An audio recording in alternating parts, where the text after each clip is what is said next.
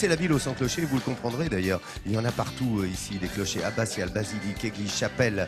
La ville en est pourvue, forcément, et nous aurons le loisir d'en parler avec celle qui, cette semaine, vous accompagnera de 10h50 à 11h45 et représente ici la rédaction. Elle est journaliste à la rédaction de France 3 Normandie. J'aimerais que vous accueilliez comme il se doit Mélinda Lelouch. Bienvenue, Bonjour Mélinda. à tous.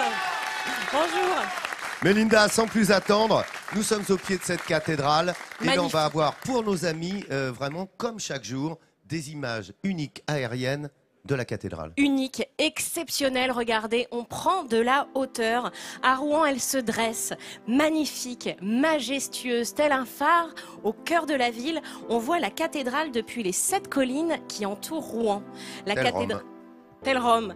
La cathédrale est un monument où l'on peut lire toute l'évolution de l'art gothique.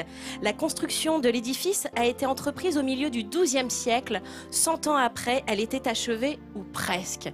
Regardez, on s'envole, c'est magnifique. La jolie tour lanterne qui a reçu au XIXe siècle cette flèche en fonte qui s'élève à plus de 151 mètres de haut. Voilà, il faut dire qu'elle avait brûlé. Hein.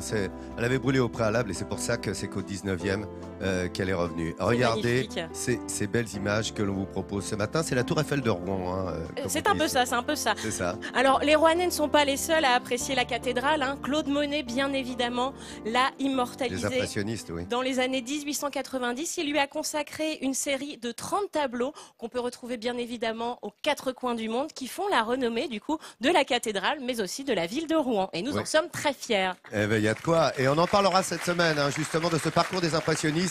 Pissarro, Sisley, Monet, que tu viens de citer, qui a effectivement peint cette cathédrale.